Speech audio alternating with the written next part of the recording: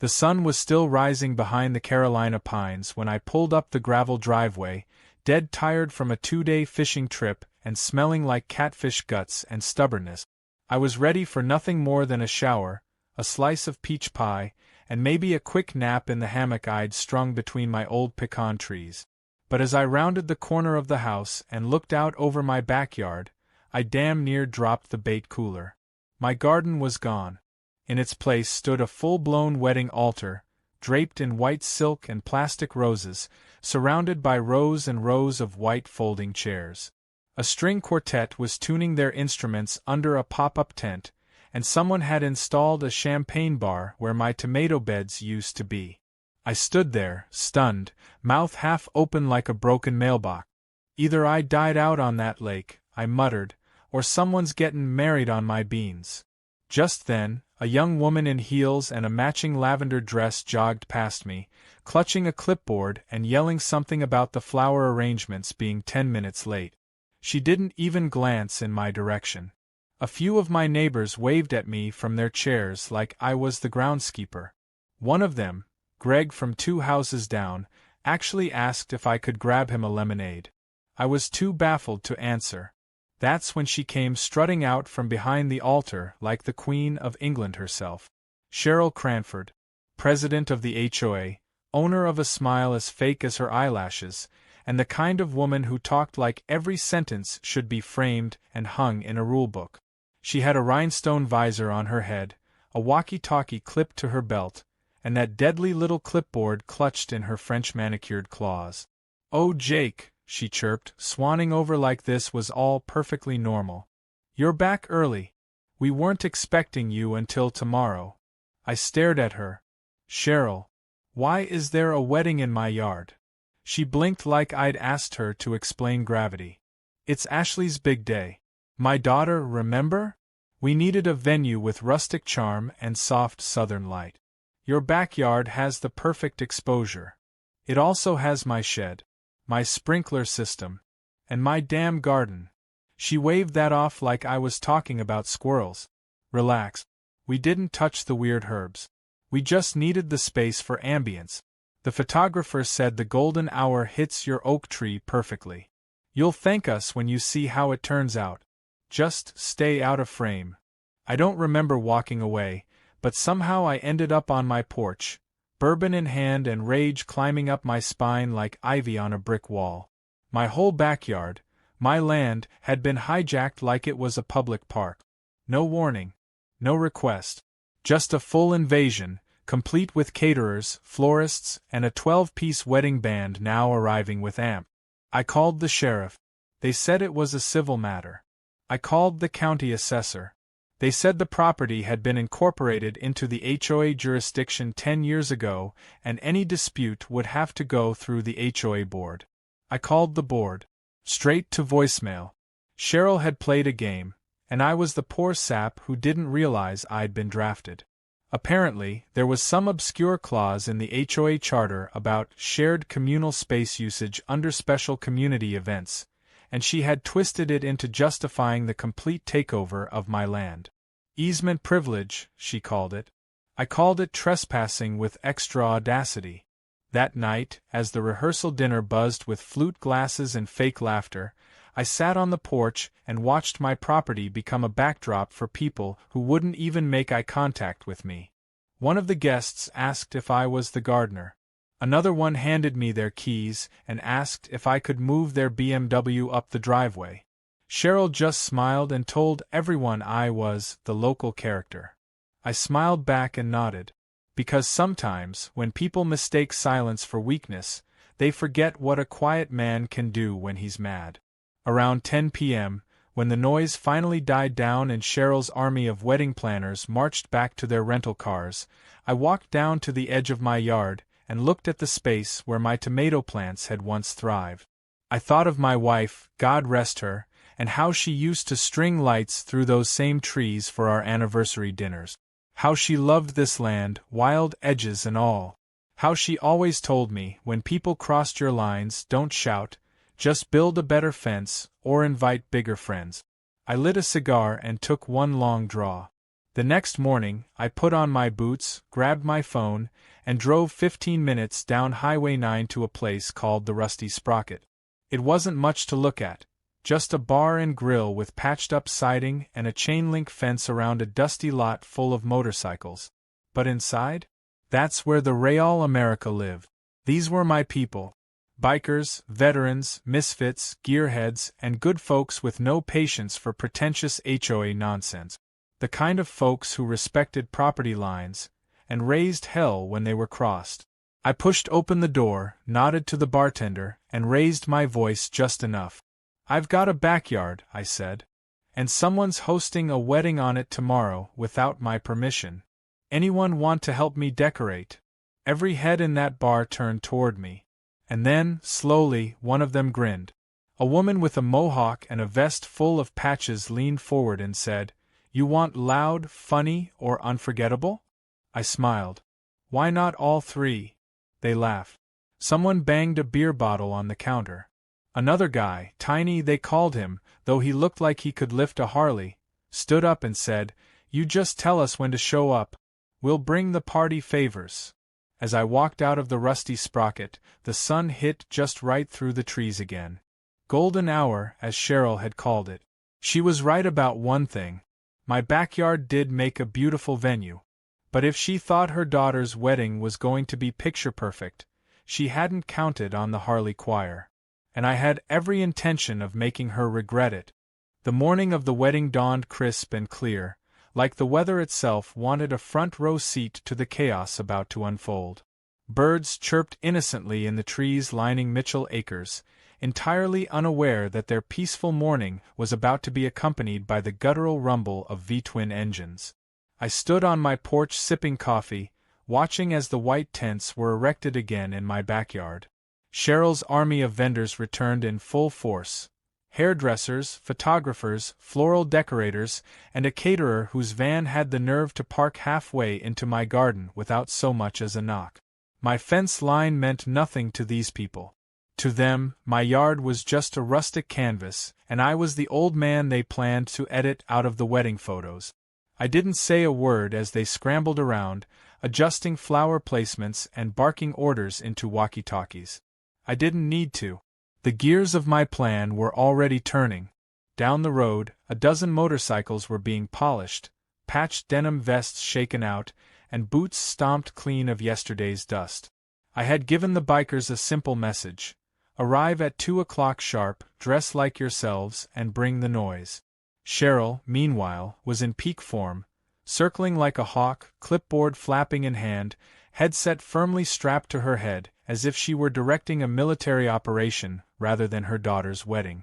I watched her stop the violinist mid-note to adjust the angle of the sheet music stand. She corrected the flower girl's walk 3 times. When she saw me, she smiled that tight-lipped Karen smile and called out, "Jake, we moved a few things around, but don't worry, we left your little shed untouched. If you could stay inside during the ceremony, that'd be fantastic." I raised my mug. "Won't be a problem. Wouldn't want to ruin your aesthetic." She gave a thumbs up like she'd just resolved international diplomacy and then disappeared back into the crowd. I waited until she was out of sight and then got to work. I went around to the back of the shed and connected my outdoor speakers, the ones I usually reserved for playing old Johnny Cash records while mowing the lawn. But today Johnny was getting a break. Today, my speakers were queued up to something special. Screaming Goat.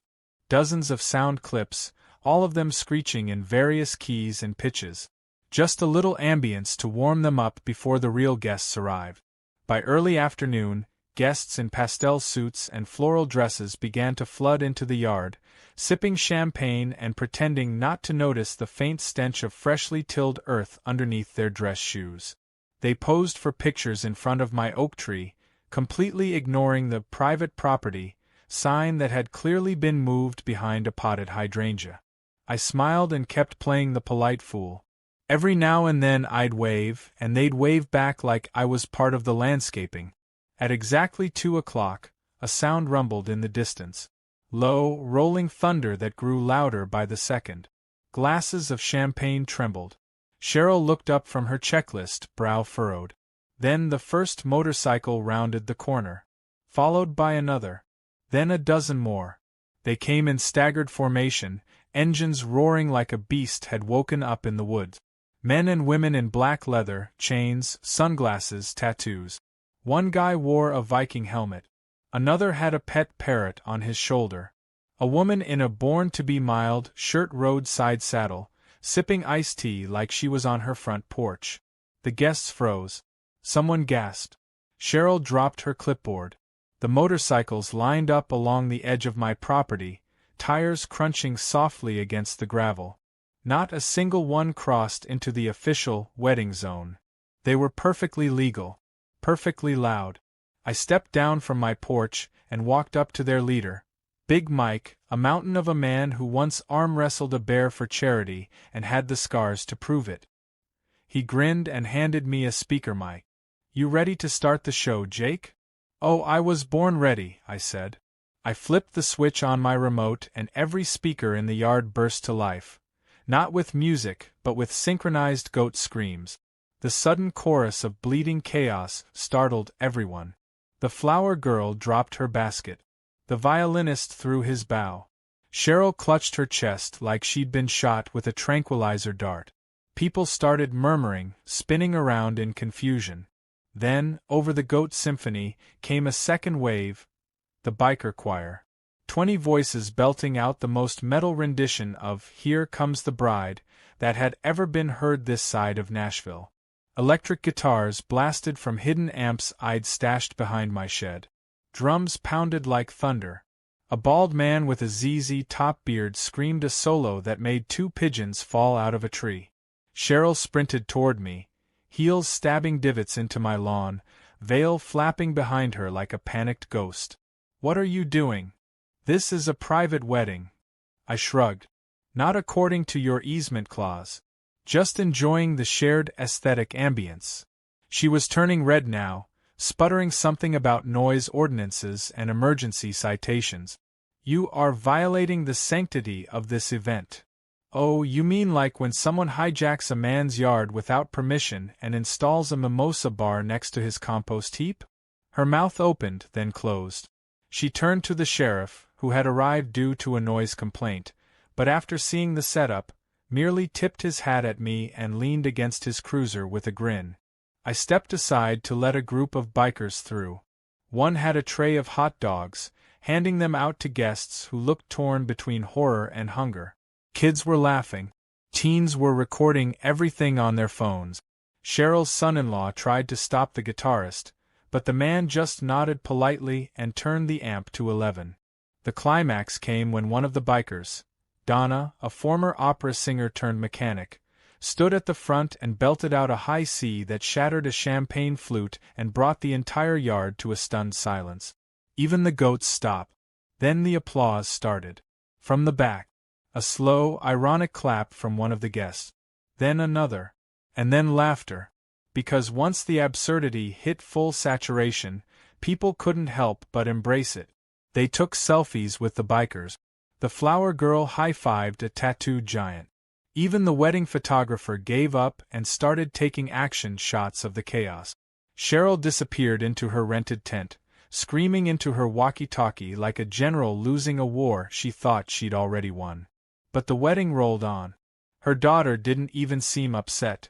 If anything, she looked relieved to have something real happening at her carefully scripted event. As the sun began to dip, I stood by my pecan tree, arms folded, heart thumping with satisfaction. The yard was a mess, but it was my mess. No one was ignoring me anymore. No one was pretending I didn't exist. And best of all, this circus was just getting started. The official ceremony was scheduled for 3 o'clock sharp. Cheryl had printed the programs herself, thick cardstock with gold foil lettering and floral borders, reading "The Cranford-Tillman Union, a celebration of elegance." She'd even included a little blurb on the back about the tranquil southern setting curated by the Homeowners Association. I found one stuffed under a bush by the shed and used it to level the leg on my rocking chair. By now, the guests had either adjusted to the absurdity or given up trying to fight it. Some had even started enjoying themselves. The bikers had taken over my driveway and were grilling ribs on a portable smoker, offering cold sweet tea and playing lawn darts with old spark plugs. The kids were in heaven. The parents pretended to be horrified, but I caught more than a few sneaking extra ribs and laughing behind their hands. As the hour approached, Cheryl emerged from the bridal tent like a storm cloud wrapped in chiffon. Her eyes locked on me as she marched across the lawn in heels sharp enough to aerate the soil. Behind her, her daughter Ashley, the actual bride, trailed nervously in a gown that looked more like a prom dress than a wedding outfit, holding onto a bouquet the size of a watermelon. The string quartet, now visibly traumatized by earlier events, attempted to gather their courage and resume their positions. Cheryl stopped just short of my property line and hissed, "Jake, I am issuing a formal cease and desist." I raised an eyebrow. "Oh? Gonna file it with the ribs or the goat choir? This is harassment. You are intentionally disrupting a legally sanctioned event." "No ma'am," I said, calm as a breeze. "I'm just having a peaceful gathering on my own land. You said we were sharing ambience. I thought we were collaborating." She glared, her nostrils flaring like a startled mule. "You will regret this. You're going to be fined into the ground." I took a sip of lemonade and gave her the kind of smile that made men nervous back in my Navy days. "Cheryl, if I had $1 for every time someone underestimated me, I could have bought this entire subdivision and turned it into a goat rescue sanctuary." Just then, a dozen more motorcycles pulled in, parking with precision on the side yard. The riders dismounted with practiced ease, as if arriving for church. One of them, a guy named Diesel, unfolded a collapsible drum kit and began warming up. Another handed out fake mustaches to the flower girls. I looked over at the guests, most of whom had now abandoned their chairs to watch the spectacle unfold. Laughter floated through the air. Someone shouted, "This is better than Netflix." The ceremony was supposed to start, but Cheryl was too busy barking into her phone, trying to get the HOA board on an emergency Zoom call. Her husband, a meek man named Darryl with the personality of a damp sponge, stood at the altar holding a clipboard and looking like he wished he could dissolve into the grass. Ashley, the bride, looked increasingly uncertain as the crowd split its attention between her and the guy juggling beer cans next to the grill. Then the unexpected happened. She walked up to me. She was quiet at first, just standing next to my chair, bouquet trembling in her hands. I looked up, ready for a fight or a plea, but instead, she said, "Mr. Mitchell, can I ask you something?" I nodded. "Shoot. Is it true you built that tree swing yourself? The one the little kids are playing on?" "Yep. About 30 years ago. Used to push my boy on it every Sunday before church." She looked down at the grass. "I didn't want any of this.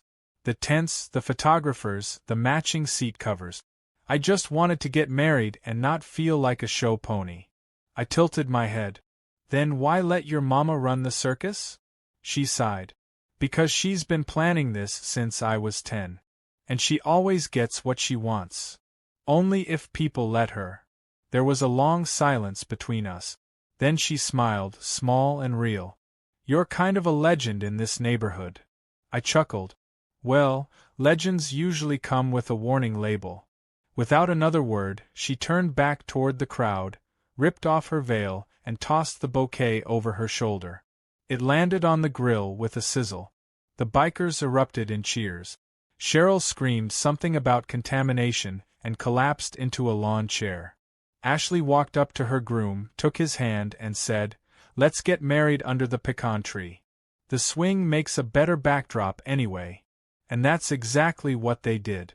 They moved the entire ceremony 15 feet over into my yard, officially outside the bounds of Cheryl's precious HOA jurisdiction. The officiant, one of the bikers dressed in full Elvis gear for reasons I never questioned, performed the ceremony with sincerity and just the right amount of flair. The bride and groom said their vows with bare feet in the dirt and smiles on their faces. The guests cheered. The goats bleated. Even the string quartet joined in by improvising a bluegrass version of the wedding march. Cheryl didn't speak. She just sat there, hands clenched in her lap, lips pursed so tight they looked like they'd been vacuum sealed. Darryl tried to offer her a napkin. She slapped it away. After the ceremony, the party rolled on. The bikers set up tables with food and drinks, music played from my porch, and neighbors I hadn't seen in months wandered over to shake my hand and say things like, "You really showed her and you should run for HOA president." I laughed and deflected. I wasn't interested in titles. I just wanted to be left alone with my land, my memories, and the occasional barbecue. As dusk settled in and the lights twinkled through the oak branches, one of the biker ladies came up to me. She was in her 60s, with silver braids and a leather jacket covered in patches from places I'd only heard about. She handed me a cold beer and sat on the steps beside me. "You did something good today," she said. "I mostly just made noise." "No," she said, looking out at the dancing crowd. "You gave people permission to live. Even if just for a day." I didn't say anything. I just watched the bride laughing barefoot in my grass, and felt something shift in my chest. For the first time in a long time, I didn't feel like a stubborn old man fighting a losing battle. I felt like someone who'd carved out a little island of freedom in a world gone plastic. And that was worth every goat's scream. The sun dipped low behind the pine trees as the wedding crowd began to thin, though the laughter and clinking glasses still echoed through the yard.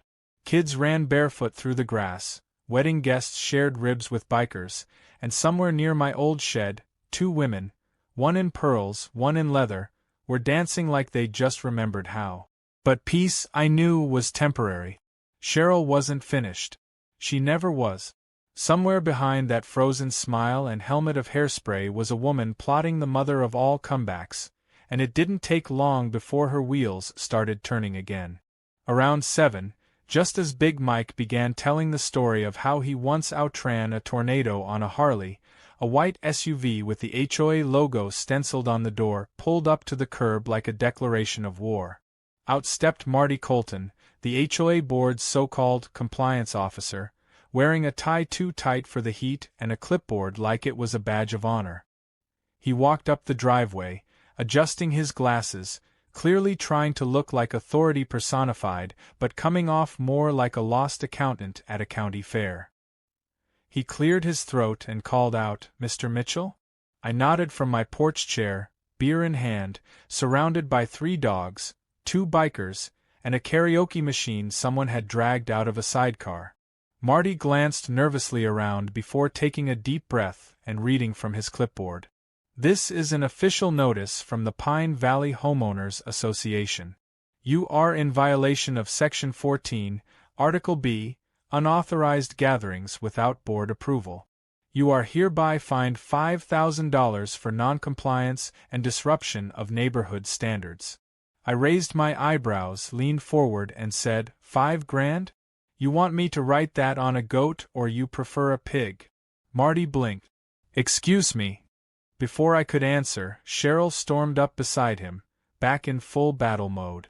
Her hair looked like it had been resprayed into submission, and her blouse bore a fresh stain from someone's spilled sangria. She was seething. "This is not funny, Jake. You humiliated me. You humiliated my daughter. And you're going to pay for it." I stood up slowly, stretched my back, and walked down the steps until I was standing right in front of her. The crowd around us quieted. Even the goats seemed to hold their breath. "I didn't humiliate anyone, Cheryl," I said. "You did that all by yourself. You came into my yard without permission. You staged a wedding on land you don't own. You used my tree, my garden, my space, and you didn't even ask. All I did was invite a few friends to enjoy the view." She scoffed. "Don't pretend this was innocent. You planned this. You orchestrated a hostile takeover of my event." I looked around at the kids roasting marshmallows on a motorcycle tailpipe, the bride twirling barefoot in the grass, the retirees in lawn chairs swapping biker stories with grizzled men who hadn't worn sleeves since the Reagan era. "Looks to me like folks are just having a good time. Marty, clearly uncomfortable, tried to interject. Mr. Mitchell, regardless of intent, the board has determined that your gathering qualifies as a violation, and under the HOA charter, we're authorized to issue fines and initiate lien proceedings if... I cut him off. You sure about that? He stuttered. Well, yes, the language is very clear. I turned, walked into the house, and came back with a file folder. I handed it to him. That's my deed. Go ahead and read the date. He flipped it open, brows furrowing. 1973. That's right, I said. This land was deeded to me by my grandfather, long before the Pine Valley HOA ever existed. The line stops right there at the drainage ditch. You and your charter don't have jurisdiction over 1 inch of this property. I'm not in the HOA. Never have been. I just never bothered to correct you people because I figured, hell, live and let live. But you pushed your luck. Cheryl's face turned the color of a beet left out in the sun. That can't be. That land was annexed. It was voted on. Voted on by people who don't own it, I said calmly. And the county records agree with me. I checked. Twice. Marty went pale. He adjusted his glasses again, cleared his throat, and mumbled something about needing to verify with legal. He retreated so fast I thought he might trip over his clipboard. The crowd erupted in cheers. Someone popped another beer. The DJ, emboldened, queued up a version of "We're Not Gonna Take It," and cranked the volume. Cheryl didn't move. She just stood there, fists clenched, eyes darting back and forth like she was searching for a way to rewind the whole day. But there wasn't one. Her daughter was already slow dancing in the moonlight. Her son-in-law had taken off his tie and was playing horseshoes with a man named Chainsaw Rick. And her precious HOA authority had just dissolved like cotton candy in the rain. She finally turned, stormed off toward her car, and slammed the door hard enough to make the streetlight flicker. As she peeled away down the street, I noticed she had parked across 3 driveways. Typical. With Cheryl gone and the HOA defanged, the rest of the neighborhood let out a collective exhale. The stiff upper lips relaxed. The whispered judgments evaporated. People started talking, really talking. Old grudges thawed. Someone brought over a pie. Greg from down the block, who hadn't said more than 10 words to me in 5 years, leaned over and said, "Jake, that was the most fun I've had since my kids moved out." I smiled and clinked bottles with him. "You should come by more often. Maybe next time we have a goat rodeo." He laughed. "If you're hosting, I'm in." Later that night, when the embers of the grill glowed low and the last of the wedding guests finally wandered home, I sat back on the porch with Big Mike and Diesel, watching the stars blink overhead. For the first time in a long time, the yard felt like mine again, not just by law, but in spirit. It was alive. It had meaning again. Big Mike took a sip of whiskey and said, "You ever think about running for something? HOA president, mayor, local deity?" I shook my head. "I don't need a title. Just need a yard I can call my own." Diesel chuckled. "Well, you've definitely earned that. And I gotta say, you throw one hell of a party." I looked out over the grass, still trampled and sparkling with the last bits of glitter from Cheryl's doomed centerpieces. "Wasn't supposed to be a party," I said.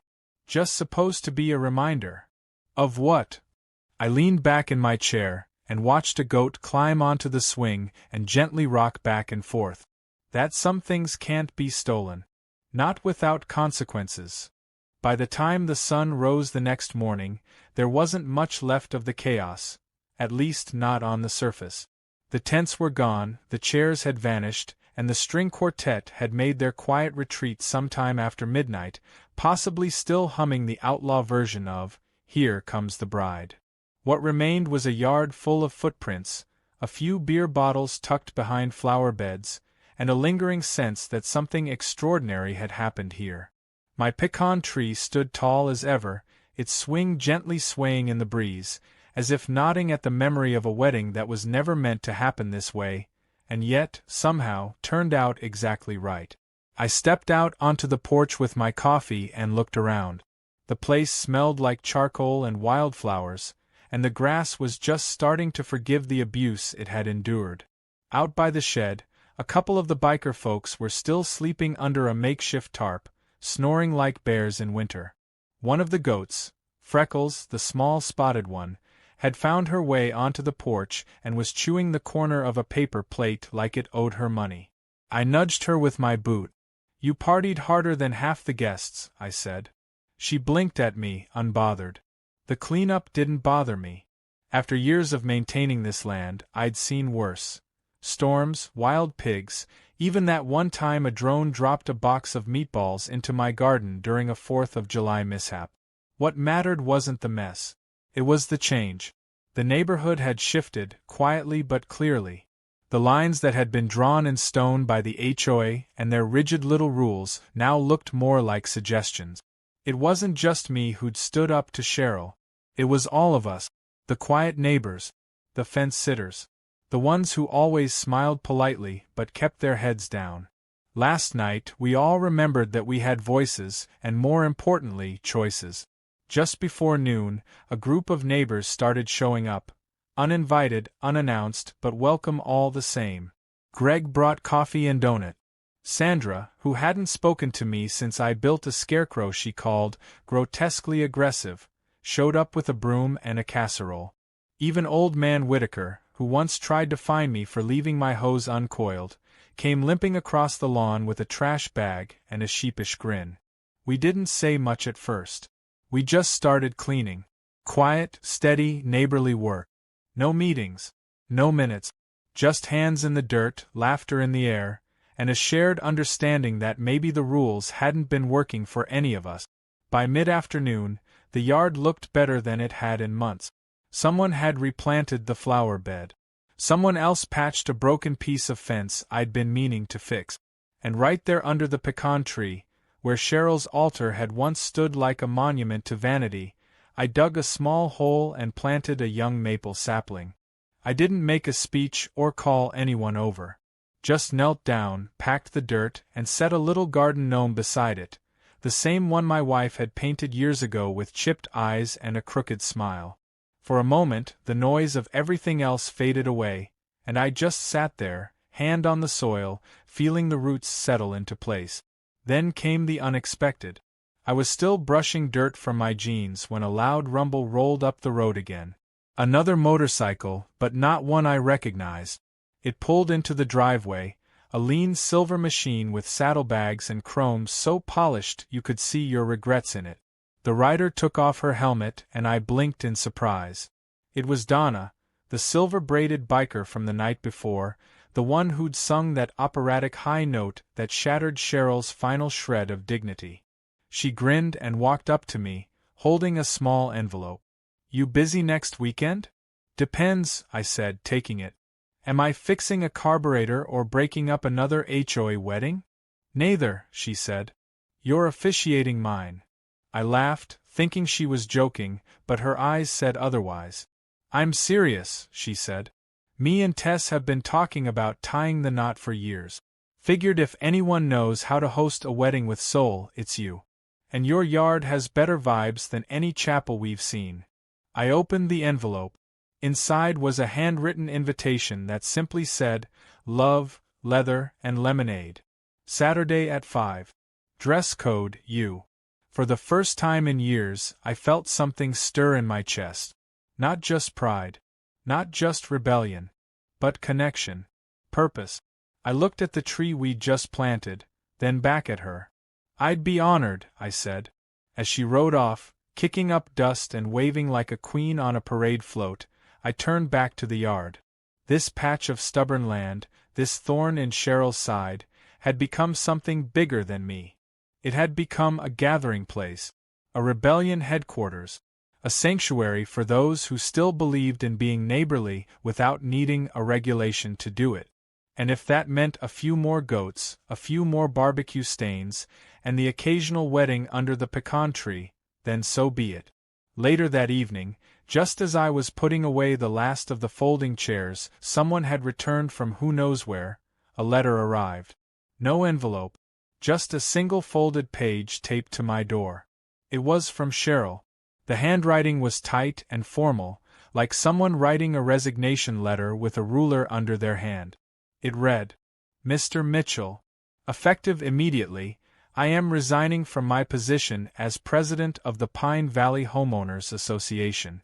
Due to personal stress and irreconcilable differences within the community, I believe it is in the best interest of the neighborhood that I step down.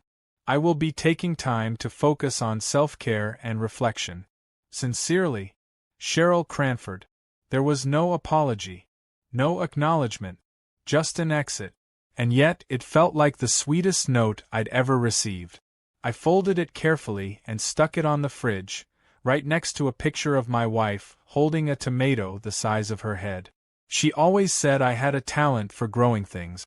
That night, I sat on the porch again, rocking slowly as fireflies danced through the air. The goats were asleep in the shed. The swing creaked gently. The stars were brighter than usual, or maybe I just noticed them more. And for the first time in a long time, the world didn't feel quite so heavy. I didn't win anything, really. I didn't take a title or claim a crown. All I did was hold my ground. But sometimes that's all it takes to remind people where the line is, and what happens when someone like Cheryl crosses it. Somewhere in the distance, a bike engine purred. Another guest, maybe. Another story waiting to happen. I raised my glass to the darkness and smiled. This yard wasn't just mine anymore. It belonged to everyone brave enough to show up.